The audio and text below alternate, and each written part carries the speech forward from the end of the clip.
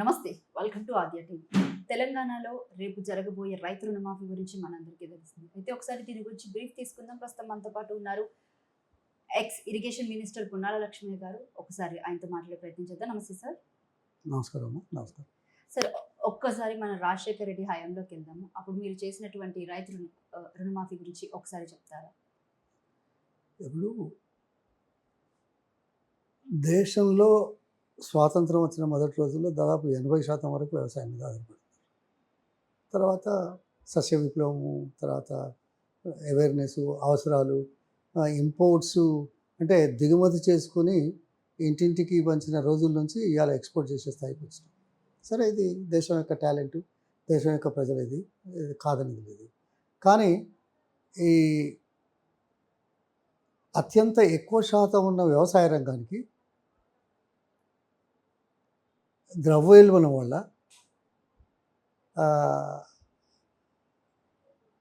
రెండవది గ్రోత్ అంటాం తెలుగులో, ఎదుగుదల. ద్రవ్యోల్బణంతో, ఇన్ఫ్లేషన్తో కంపేర్ చేస్తే ఎప్పుడు తక్కువనే ఉంటుంది.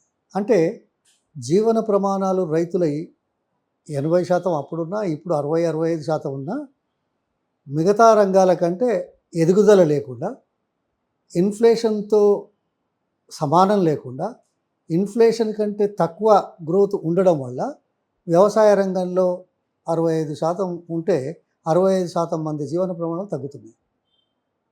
ఇది నగ్న సత్యం. అదే అమెరికాలో అయితే 3%, 4% ఉన్నారు వ్యవసాయం మీద ఆధారపడేవాళ్ళు. మన దగ్గర 65% ఉన్నారు.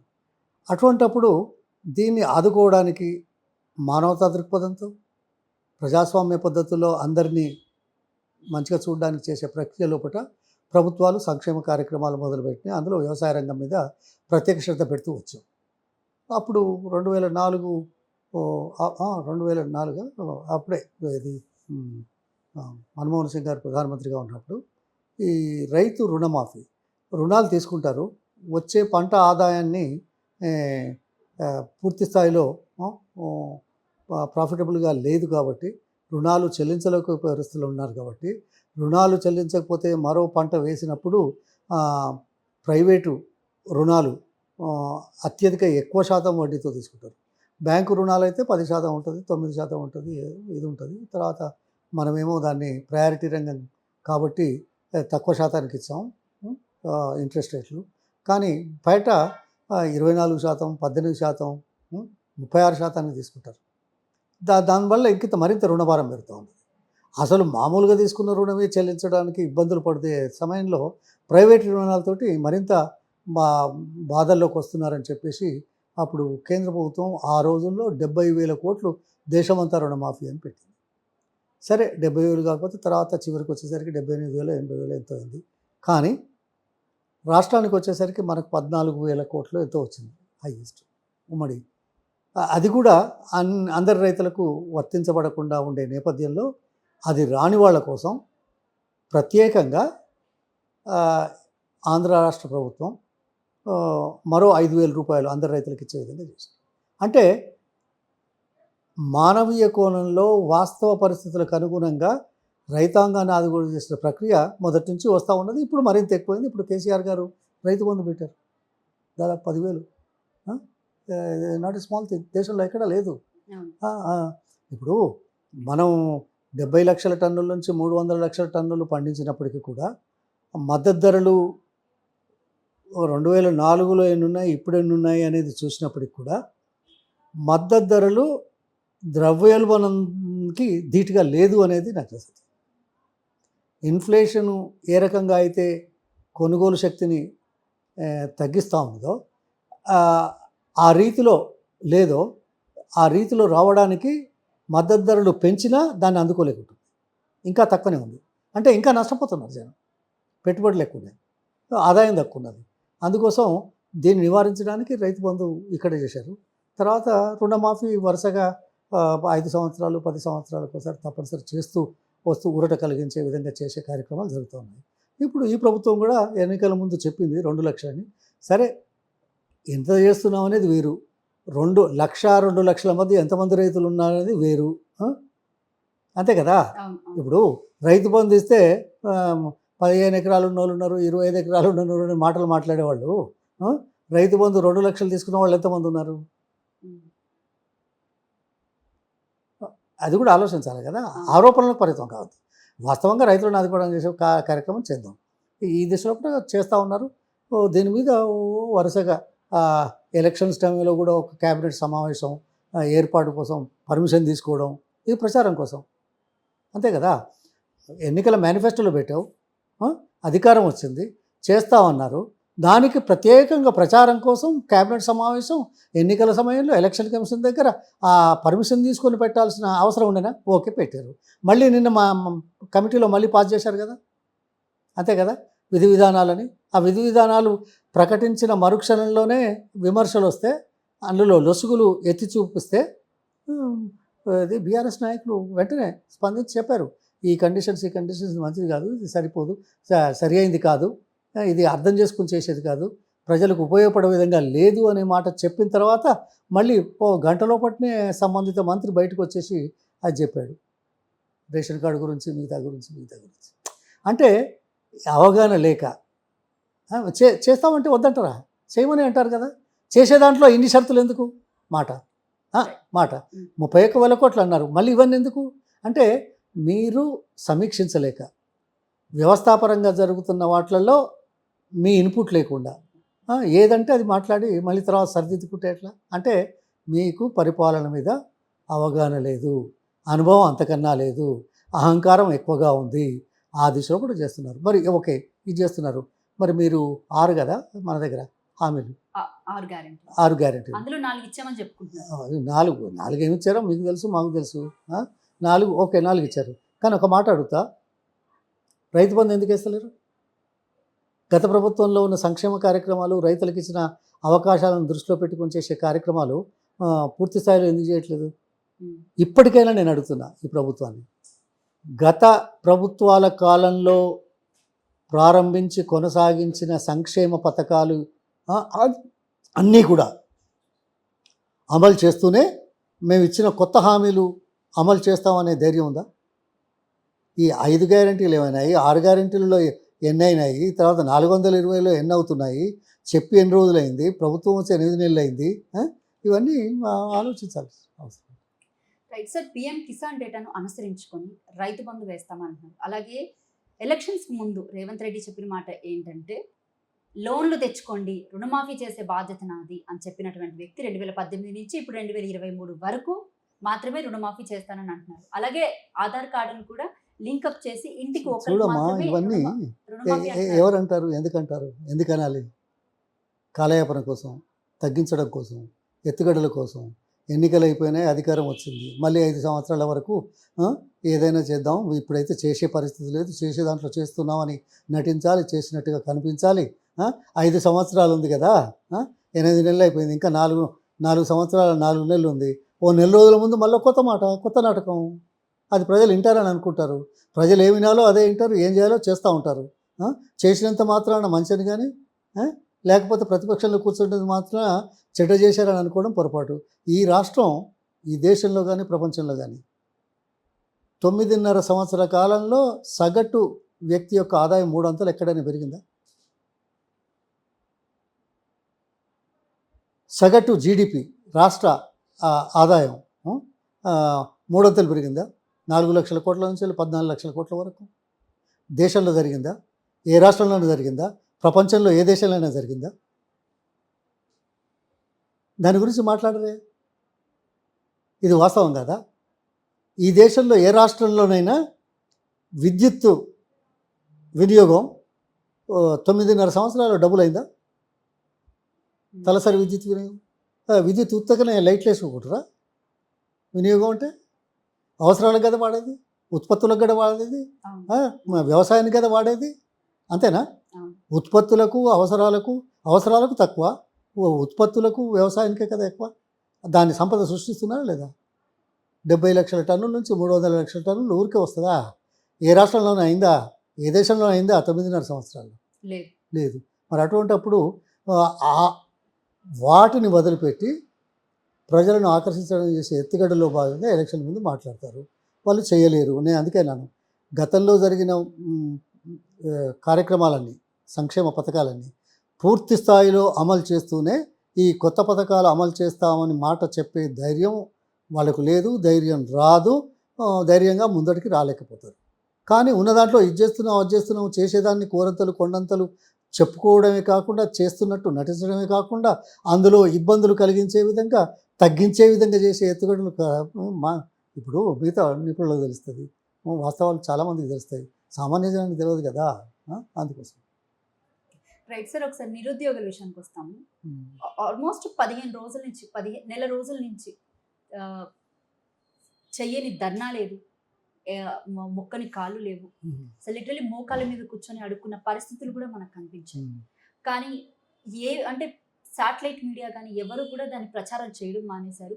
ఒక్క ప్రభుత్వ నాయకుడు కూడా పట్టించుకోవడం మానేశారు. మరి నిరుద్యోగులకు ఇచ్చిన మాట ఏమైందంటారు? ఇప్పుడు వీళ్ళు గెలిచిందే 1.8% తేడాతోటి. అవును. ఆ 1.8%లో ఈ యువత ఏదో ఆశతోటి ఇవన్నీ వస్తుందని, కానీ 9.5 కాలంలో ఏ రాష్ట్రంలో లేని విధంగా ఉద్యోగాల కల్పన ఈ రాష్ట్రంలో జరిగిందా లేదా? ప్రభుత్వ పరంగా 1,85,000 ఉద్యోగాలు ఇచ్చారు. మొత్తం దేశంలోనే ఏ రాష్ట్రంలో లేని విధంగా 9.5 సంవత్సరాల కాలంలో ఇక్కడ అత్యంత ఎక్కువ ఉద్యోగాలు కల్పించబడ్డాయి ప్రైవేట్ రంగంలో. ఇది వాస్తవమే కదా. అటువంటిప్పుడు వీళ్ళు ఇంకా ఇస్తామని చెప్పినారు కాబట్టి, ఇస్తారనే ఆశతోటి వేసి అధికారంలోకి వచ్చారు కాబట్టి అడుగుతున్నారు, అది చేయట్లేదు, దానికి పుల్లలు పెడుతున్నారు, కాలయాపన చేస్తున్నారు, అందుకే ఆందోళన చేస్తున్నారు. ఇది ప్రజాస్వామ్యంలో మామూలే కదా. మనకు ఉండాలి, ప్రజలు అవకాశం ఇచ్చారు, నేను చెప్పినది చేయాలి అనే తపన ఉండాలి, ఆలోచన శక్తి ఉండాలి, అమలు చేయడానికి విధి విధానాలు కానీ ఆర్థిక కోణంలో చూడడానికి కానీ ఆలోచనలు కలగాలి. ఆలోచనలు కలిగితే కొత్త పనులను ఎలా సృష్టించాలో అది కూడా రావాలి. మరి ఇవన్నీ ఏది లేకుండా ఊరికే ప్రజల ముందుకు వచ్చి వాగ్దానం చేసి ఎల్లెలు పడితే ఎట్లా, ఏం చేయాలి? కొనుపడని చెప్తారు. ఎవరు చేయగలిగింది వాళ్ళు చేస్తారు. వీళ్ళు చేయగలిగింది చేశారు, నమ్మించడం. వాళ్ళు నమ్మించబడ్డామని వాళ్ళు అనుకుంటున్నారు, వాళ్ళు చేసేది వాళ్ళు చేస్తారు. కాకపోతే సమయం పడుతుంది. మీ హయాంలో ఉన్నప్పుడు మీడియాకి ఎటువంటి ప్రాధాన్యత ఉండేది? ఏంటిది మీ హయాంలో? మీ హయాం ఏంటి? అంటే రాజశేఖర రెడ్డి గారి హయాంలో మిగతాప్పుడు అసలు మీడియాకి ఎటువంటి ప్రాధాన్యత ఉండేది? మీడియా ఇప్పుడు ప్రజాస్వామ్యంలో 4వ స్తంభం. ప్రాధాన్యత ఏంది, ప్రాధాన్యత లేకపోవడం. దాన్ని వాడుకునే వాళ్ళు వాడుకుంటారు, వాడుకునే వాళ్ళు వాడుకోరు. ఏ రకంగా వాడుకుంటారో అది వాళ్ళ సొంత నిర్ణయం. డిఎస్సి ఎగ్జామ్స్ పోస్ట్ పోన్ చేయమని నిరుద్యోగులు ఇంత బారున మొరలు పెట్టుకొని చివరికి రేవంత్ రెడ్డి ఇంటి ముందు కూడా మోకాల మీద కూర్చొని వేడుకుంటున్న రోజుల్లో పోలీసులు లాఠీచార్జ్ చేస్తూ జర్నలిస్టులు అని కూడా చూడకుండా మీడియా మీద దాడులు చేయడం జరిగింది. మొన్న ఈ మధ్య కాలంలో ఓయూలో కూడా ఒక జర్నలిస్ట్ ని పట్టుకొని, చరణ్ అనే జర్నలిస్ట్ ని పట్టుకొని అతని గుద్దుతూ లం కొడక, ఎల్ కొడక అని ఇష్టం వచ్చినట్టు తిడుతూ మీడియా లేదు, డీడియా లేదని ఇటువంటి భాష యూజ్ చేస్తున్నారు ఇప్పుడున్న పరిస్థితుల్లో. అంటే వేల మంది, లక్షల మంది కోసం చేసే ఉద్యమంలో ఆ తీవ్రత మీకు కనిపించదు. ఒక మంచి వ్యక్తి, కాకపోతే జర్నలిస్టు, ఆయన అంటే మాత్రం చాలా ప్రామాణికంగా మీరు చెప్తున్నారు. ఒక్క నిమిషం ఈనాడున్న సమాజంలో అదే ఎక్కువ నడుస్తున్నది. ప్రభుత్వం మాకు ఇచ్చారు, మేము అధికారంలో ఉన్నాం, మేము చెప్పేది మీరు చేయండి, మేము ఇప్పుడు చేయదలుచుకోలేదు, మీరు రాస్తే రాయండి, రాయకుంటే రాయకపోండి అని వాళ్ళు అంటున్నారు. అంతే కదా. అందుకోసం వాస్తవాలకు అనుగుణంగా వాస్తవాలను ప్రచారం కాదు, ప్రసారం చేయడం ధర్మం అనుకునే వాళ్ళు ఎంతమంది, అలా ఎంత జరుగుతున్నది, దాన్ని వినియోగించుకునే వాళ్ళు ఎంతమంది, దుర్వినియోగం చేసే వాళ్ళు ఎంతమంది. ఇప్పుడు మిగతా యూట్యూబ్ ఛానల్స్ అన్నీ ఎవరి కంట్రోల్లో లేవు, మాట చెప్తున్నాను. కొన్ని మీడియా సంస్థలు దేనికోసం ఏం చేస్తారో, ఎందుకు రాస్తారో మాకు తెలియదు. అందుకోసం అది ఎవరి ఇష్టం వాళ్ళది. కానీ ఇన్ని వేల మంది, లక్షల మంది కోసం అడుగుతున్న దాంట్లో వాస్తవం ఉంది అని ప్రజలకు తెలియాల్సిన ధర్మం ప్రతిపక్షానికి ఉంది. 4 స్తంభాలు ఆ దిశలో ఆలోచించాల్సిన అవసరం ఉంది. కొంతమంది చేయొచ్చు, కొంతమంది చేయకపోవచ్చు. నేను పూర్తి స్థాయిలో మాట్లాడలేకపోవచ్చు. నేను పూర్తి స్థాయిలో మాట్లాడినంత మాత్రాన వాస్తవం అవాస్తవం అయిందా? అంతే కదా. అది అంతే. దాని గురించి పెద్ద సీరియస్ తీసుకోవద్దు. ఇది సామాన్యంగా సమాజంలో జరుగుతున్నది. దాన్ని విశ్లేషించేవాళ్ళు పూర్తి స్థాయిలో విశ్లేషణ చేసి ప్రజలకు అందజేయడంలో మన ధర్మాన్ని మనం నెరవేర్చుకుంటే చాలు. మనం మొత్తం అంతటిని సంస్కరించి అంతటా కూడా 100% బాగుండాలి అనుకోవడం లక్ష్యం. కానీ వాస్తవంగా జరుగుతుందా? దాని గురించి బాధపడద్దు. కానీ వాస్తవాలు గుర్తించి న్యాయం చేయడానికి, చెప్పింది చేయమని చెప్పడానికి చెప్పే దాంట్లో వెనకాడకూడదన్నది నా ఉద్దేశం. సీఎం ఆయన దగ్గర నుంచి రేవంత్ రెడ్డి ఎక్కువగా ఢిల్లీలోనే ఉన్నట్టున్నారు. అసలు ఎక్కడ కూడా అంటే ఎక్కువగా మన రాష్ట్రంలో అయితే కనిపించట్లేదు ఆయన. ఇప్పుడు చూసిన హస్తినాలోనే కనపడుతున్నారు. సో దాని గురించి ఏం చెప్తారు సార్? అదే పాలన గాలికి మకాం ఢిల్లీ, అంతే కదా స్లోగన్. అది బాగపోతుంది అట్లా అంటే. తెలంగాణ రాష్ట్రం అది నేను మొదలే అన్నా. సరే, కాంగ్రెస్ పార్టీ ఈ పెద్దలతో చర్చించి నిర్ణయాలు చేసే అవకాశాలు ప్రభుత్వానికి, కాంగ్రెస్ పార్టీకి రాష్ట్రంలో నాయకులకు తప్పదు. ఎందుకంటే అది కేంద్రీకృతమైనది మొదటి నుంచి వస్తున్నది. దాన్ని భూతద్దంలో పెట్టుకోవడం, దాన్ని ఆసరాగా చేసుకుని అక్కడే కాలం గడపడం, ప్రభుత్వ వ్యవహారాలన్నీ కుంటుపడడం, ఇది రాష్ట్రానికి మంచిది కాదు, ఆ పార్టీకి మంచిది కాదు, ప్రభుత్వానికి మంచిది కాదు. అది ఆలోచించుకోవాల్సిన అవసరం, అంతే కదా. సో అదే ఇక్కడ ఉండి ఇక్కడ చేసి ఇంత మంచి కార్యక్రమాలు చేసినా 1.8% తక్కువ ఇచ్చి ప్రతిపక్షంలో కూర్చుని పెట్టారు కదా. ప్రతిపక్షంలో మాత్రం తక్కువ ఉన్నారా? రోజు ప్రజల పక్షాన మాట్లాడుతున్నాం. So it takes time, that's about all, అంతే. సార్ రీసెంట్గా చంద్రబాబు నాయుడు రేవంత్ రెడ్డి కలవడం జరిగింది. సో ఏంటంటారు, ఈ కలయిక అర్థం ఏంటంటారు? అంటే మళ్ళీ తెలంగాణలో ఏమైనా పాగా వేయబోతున్నారు? ఏమన్నా మీరు బాగున్నారు, ఇద్దరు ముఖ్యమంత్రులు కలవడం మంచిది కదా. నేను ఒక బాధ్యతాయుతమైన వ్యక్తిగా, రాజకీయ నాయకుడిగా మాట్లాడుతున్నాను. అందులో 2 రాష్ట్రాలు. కానీ నాకు కనిపించేది మరో కోణం. ఆ కోణం గురించి ఎవరు మాట్లాడాలి? అదే చెప్తాను, అందుకే కదా మాట్లాడేది. ఇద్దరు ముఖ్యమంత్రులు కలవడం చాలా సంతోషం, మంచిది, నేను కాదన్నానా. కానీ 2014లో చంద్రబాబు గారు ముఖ్యమంత్రిగా ఉన్నారా? 5 సంవత్సరాలు. ఆయనకు సొంత గృహం హైదరాబాద్లో ఉందా? ఉంది. ఆ తర్వాత 5 సంవత్సరాలు ప్రతిపక్ష నాయకుడిగా ఉన్నాడు. అప్పుడు కూడా ఇల్లు అమ్ముకోలేదు కదా, ఇక్కడే ఉంది కదా. ఇంటికి ఎన్నిసార్లు వచ్చారు ముఖ్యమంత్రిగా?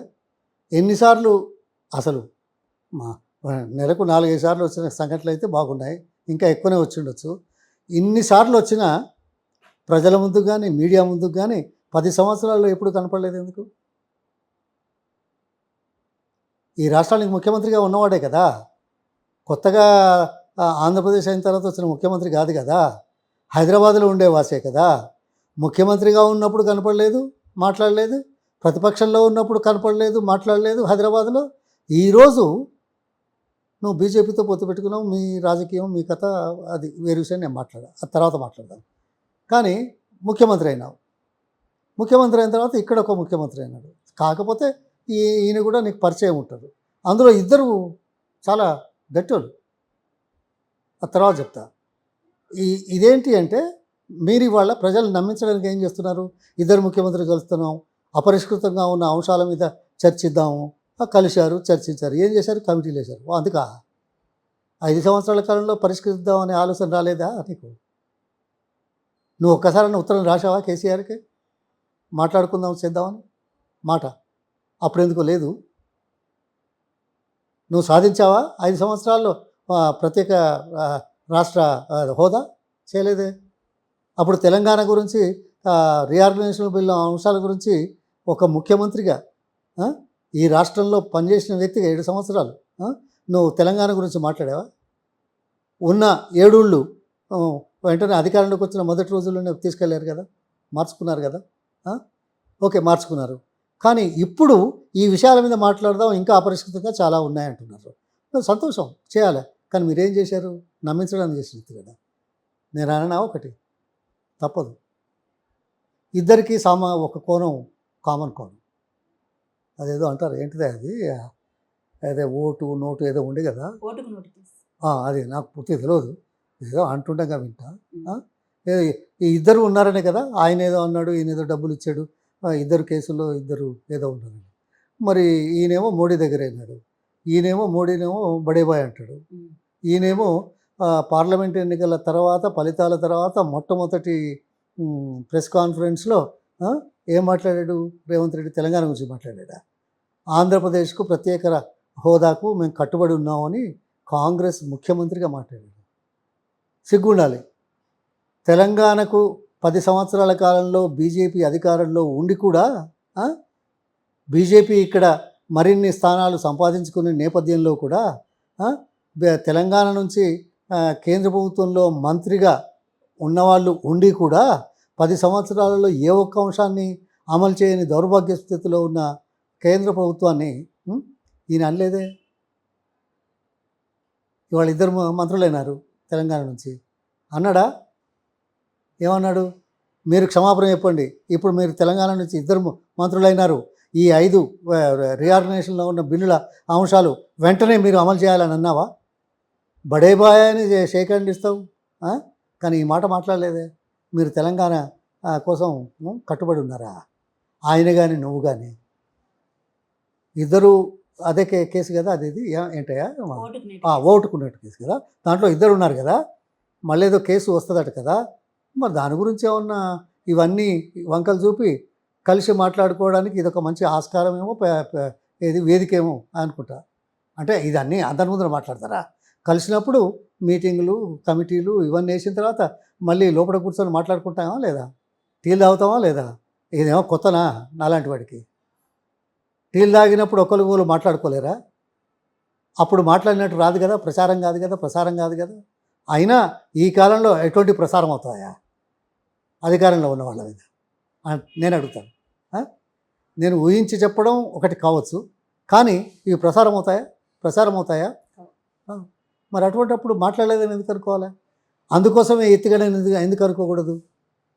ఏ ఒక్కటి 10 సంవత్సరాల్లో చేయలేకపోయారు. ఈయన దాని గురించే మాట్లాడలేకపోతున్నాడు. బడేబాయ్ అన్నాడు.